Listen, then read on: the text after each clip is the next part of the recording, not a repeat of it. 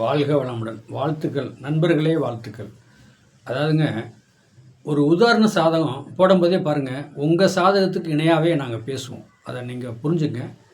கண்டிப்பாக உங்கள் சாதகத்துக்கு அது எப்படி உங்கள் லக்கணத்துக்கு எப்படி மூவ்மெண்ட் ஆகுதோ அதே மாதிரி தான். இதை ஒரு உதாரண சாதகம் கன்னி லக்கணமாக கன்னி ராசியே வரக்கூடாதுங்க.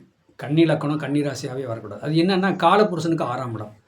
காலப்புருஷனுக்கு 6ஆம் இடம்னாலே நோய், கடன், எதிரி, வம்பு, வழக்கு, பிரச்சனை, சிக்கல் எல்லாமே சந்திக்கக்கூடிய சூழ்நிலை வரும். ஒன்று கடன் நிறையா வாங்கி வட்டி கட்டிக்கிட்டே, பாடுபடுற காசு பூரா வட்டி கட்டிக்கிட்டே இருக்கணும் ஒன்று. இல்லை வீட்டுக்கு லோனை போட்டு கட்ட முடியாமல் சூழ்நிலையில் கட்டிக்கிட்டே கடைசி வரைக்கும் இழுத்து பிடிச்சி சாப்பிடாமே கட்டிக்கிட்டே இருந்து கடைசியில் பார்த்திங்கன்னா வீடை முழுகிற மாதிரி சூழ்நிலைக்கு போயிடும். இது அந்த அந்த கன்னி லக்கணத்தில் பேசினாலும், கன்னி லக்கணம் கன்னி ராசியில் பிறந்தாலும் அதே மாதிரி தான்.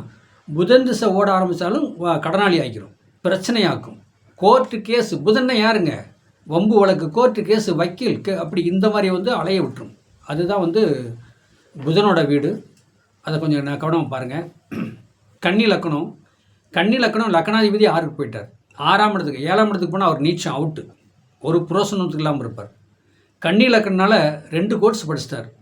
2 கோர்ஸ் படிச்சுட்டு அந்த படிப்புக்கு சம்மந்தம் இல்லாமல் மார்க்கெட்டில் வேலை பார்த்துட்ருக்கார். 2 கோர்ஸ் யாராவது சொன்னால் நம்ப மாட்டாங்க. 2 கோர்ஸ் முடிச்சுட்டு மார்க்கெட்டில் வேலை பார்த்துட்ருக்கார். அங்கே சம்பளம் அதிகமாக கிடைக்கும் அப்படின்ட்டு போகிறார். வேலை கிடைக்கல. ஏன் கிடைக்கல? கன்னி லக்கணம் லக்கணாதிபதி 6க்கு போயிடுச்சு.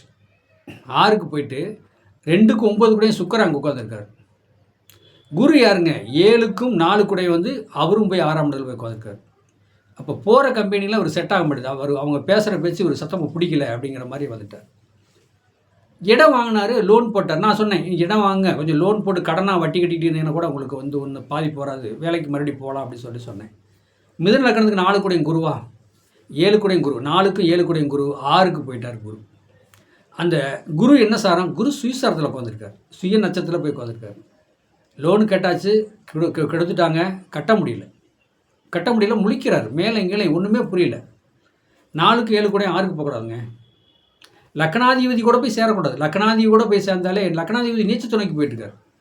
என்னங்க, உச்சத்தை நோக்கி போயிருந்தா கூட ஓரளவுக்கு தப்பிச்சுக்கலாம். அவர் நீச்சத்தை நோக்கி போயிட்டுருக்கார். அப்போ அந்த போயிட்டு இருக்கும்போது என்ன ஆகி போச்சு, இப்போ அவருக்கு சுக்கிர தசையில் புதன் புத்தி ஓடுதுங்க. புதன் யாருங்க, லக்கணாதிபதி, 10 கூடையவனும் லக்கணாதிபதியும். இந்த கன்னி லக்கணத்துக்கு 5க்கும் 6 கூடையவன் சனி பகவான் 10ஆம் இடத்துல போய் உட்காந்துட்டார். தொழில் பண்ணி தோத்துட்டார். தொழில் பண்ணி பிரச்சனை சிக்கல, அதில் ஏகப்பட்ட நஷ்டம். இந்த மார்க்கெட்டில் வேலை செஞ்சுட்டு 2 கோர்ஸ் முடிச்சுட்டு படிப்புக்கு வேலை இல்லாமல் மார்க்கெட்டில் வேலை பார்த்துட்டுருக்காரு. ஆனால் அதே நேரத்துக்கு 4ஆம் இடம் இடம் இருந்துச்சு. 4ஆம் இடம் சொல்லக்கூடாது, குரு 6க்கு போச்சா, லோன் உடனே போட்டாங்க, கிடச்சிருச்சு. ஆனால் லோன் கட்ட முடியல, அது முழுகி போயிடுச்சு. முழுகி போனதில் பல பிரச்சனைகளை சந்தித்தார். என்ன, வீட்டை நான் விற்கக்கூடாது, முழுக விடக்கூடாது, நான் எதையே தப்பிச்சாகணும், பல ஊரில் இருந்து கொஞ்சம் விவசாயத்தை இதே பண்ணி பார்த்து கொட்டி கொடுத்தாரு. முடியாத சூழ்நிலை வந்துச்சு. அதாவது அமௌண்ட் அதிகமாகிடுச்சு, வட்டிக்கு வட்டி சுத்தமாக காசு கட்டாமல் இருந்தால் என்ன பண்ண முடியும்? ஆமாம், அதுதான் அவங்க அப்படி போட்டு ஏலத்து கூட்ட மாதிரி ரெடி பண்ணிட்டாங்க. இந்த லக்கணாதிபதி பாருங்கள், கன்னி லக்கணத்தில் கன்னி லக்கணம் 6க்கு போயிட்டார்.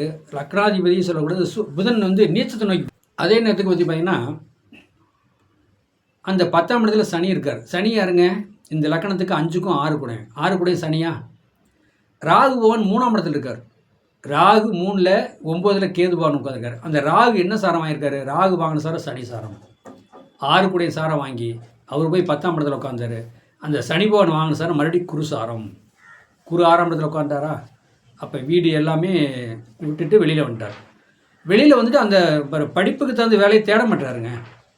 அதை விட்டுட்டு வேறு வேலையை பார்ப்போம் அப்படின்னே சொல்லிட்டு இருக்கார். இப்போ படிப்புக்கு தகுந்த வேலை எப்படின்னா, லக்கணத்துக்கு 6ஆம் இடங்கிறது படிப்புக்கு தகுந்த வேலை கொடுக்கும். அந்த சனி 10ஆம் இடத்துல உட்காந்துட்டார். அந்த சனி என்னென்னா குருசாரம். குரு யாருங்க, 7க்கும் 4 கூடையும் அவர் போய் 6ஆம் இடத்துல உட்காந்து நீச்ச கிரகத்தில் லக்கணாதிபதி நீச்சத்தை நோக்கி போயிட்டுருக்கார். லக்கணாதிபதி நீச்சத்தை நோக்கி போகிறனா எதுவுமே சப்போர்ட் பண்ணல, சப்போர்ட் ஆகலை. அந்த புதன் என்ன நேரத்தில் உட்காந்துருக்காரு, செவ்வாய் நேரத்தில் உட்காந்துருக்காரு. செவ்வாய்னா என்ன, அவிட்டம். இந்த அவிட்டம் ஏன் என்ன இவ்வளோ விளக்கம் சுற்றி சொல்லிட்டு இருக்கிற அப்படின்னு கேட்டால், இந்த கன்னி லக்கணத்துக்கு 3க்கும் 8 கூடையவன் அவிட்ட நட்சத்திரத்தில் போய் உட்காரக்கூடாது. புதன் லக்கணாதிபதி 3க்கும் 8 கூடைய நட்சத்திரத்தில் போய் செவ்வாய் நட்சத்திரத்தில் போய் உட்காரக்கூடாது. செவ்வாய் எங்கே 4ஆம் இடத்துல உட்காந்துருக்காரு.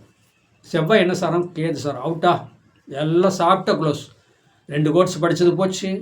எவ்வளோ கஷ்டப்பட்டு இருந்து சம்பாரிச்சது பூரா வீட்டில் போட்டாச்சு. 2வது வந்து இப்போ பூர்வத்தில் கொஞ்சம் நஞ்சம் சொத்து இருந்துச்சு, அதையும் விற்று கொண்டாந்து இந்த வீட்டில் போட்டு கடைசியில் வந்து முழுகி போயிடுச்சுங்க. எப்படி இவ்வளோ ஏன் நான் இவ்வளோ விளக்கம் சொல்கிறேன்னா உங்களுக்கு புரியும்னு நினைக்கிறேன். கன்னி லக்கணம்னா கன்னி லக்கணமாக பெறக்கூடாது, கன்னி ராசியாக பெறக்கூடாது. கடனாளியாகி ஒரு வழி பண்ணிடும். ஆனால் அந்த கன்னி லக்கணத்துக்கு 3க்கும் 8 கூட யாருங்க? செவ்வாய். அவர் போய் 4ஆம் இடத்துல உட்கார. 4ஆம் இடத்துல வீடு. செவ்வாய் போய் உட்காரக்கூடாது. 3க்கு 8 கூடவே அந்த செவ்வாய் என்ன சாரம் வாங்கியிருக்காரு? செவ்வாய் வாங்கின சாரம் வந்து கேது சாரம் வாங்கக்கூடாது. 4ஆம் இடத்துல கேதுன்னா அவுட்டு. நிலம், வீடு, மனை எல்லாமே பிரச்சனைக்கு உள்ளாயிருச்சு. பாருங்களேன், ஒரு சாதகத்தை உங்களுக்கு நான் இவ்வளோ விளக்கம் சொல்கிறேன்னா நீங்கள் புரிஞ்சிருப்பீங்கன்னு நினைக்கிறேன். இவ்வளோ விளக்கம் ஒரு சாதகத்தை எடுத்து 4ஆம் இடம்னா 2 கோர்ஸ் முடிச்சிருக்காரு, வேலைக்கு போக முடியல, சம்மந்தம் இல்லாமல் மூட்டை தூக்குற வேலை பார்த்து அதுலேயும் மிச்சம் பண்ண முடியாமல், ஆனால் இடையில வந்து சில தவறு பண்ணிட்டார். அந்த லேடிஸ் சம்மந்தப்பட்டது, தண்ணி இந்த மாதிரிலாம் போயிட்டு பூராமே ஏங்க லோனே கட்டலைங்க. ஆரம்பத்துலேருந்து கட்டாமல் போனால் அப்புறம் வட்டிக்கு வட்டி போயிட்டே இருக்கும்ல. இவர் வந்து எப்படின்னா அந்த ஏலத்துக்கு போகாமே தக்க வச்சுக்கிட்டாரு இருந்தாரா ஒழிஞ்சு லோன் கட்டலை. ஏலத்துக்கு போகிற விட்டு அப்படியே ஆளை வச்சு கொஞ்சம் அப்படியே ரெடி பண்ணிக்கிட்டு இருந்தார். ஊரில் சொத்து இருக்குது விற்றுத்தாரு அப்படி இப்படின்னே இருந்தால் அப்புறம் அவங்க கொஞ்சம் வெயிட் பண்ணாங்க. விற்று கொடுத்து ஒன்றும் பண்ணல. கடைசியில் வந்து அது போயிடுச்சு பாருங்கள். இதுதான் வந்து சாதகம். இந்த பாருங்கள், ஒரு மனிதன் வந்து 30 வருஷம் நல்லா வாழ்ந்தவனும் கிடையாது, 30 வருஷம் கெட்டவனும் கிடையாது. வாழ்க்கையில் புரிஞ்சுக்கங்க. சனி 10ஆம் இடத்துல உட்காந்துருக்குது, நான் 6 கூடவேன். அதாவது அவர் நிர்வாக திறமை, அது எப்போ யாருக்கு தண்டனை கொடுக்கணும்னு காத்துக்கிட்டே இருப்பார், கரெக்டாக கொடுப்பார். அதில் வந்து எந்த ஒரு மாற்றம் கிடையாது. அதாவது நான் ஏன் இவ்வளோ விளக்கம் சொல்கிறேன்னா, இந்த சாதகத்தை நான் சொல்கிறத பார்த்து நீங்கள் புத்தியாக பழைக்கணும், வாழ்க்கையில் ஜெயிக்க பார்க்கணும். வாழ்க்கையில் தோல்விங்கிறதே வரக்கூடாது இந்த கலியுகத்தில். அதை நீங்கள் வாட்ச் பண்ணுங்கள். வாழ்க வளமுடன். வாழ்த்துக்கள்.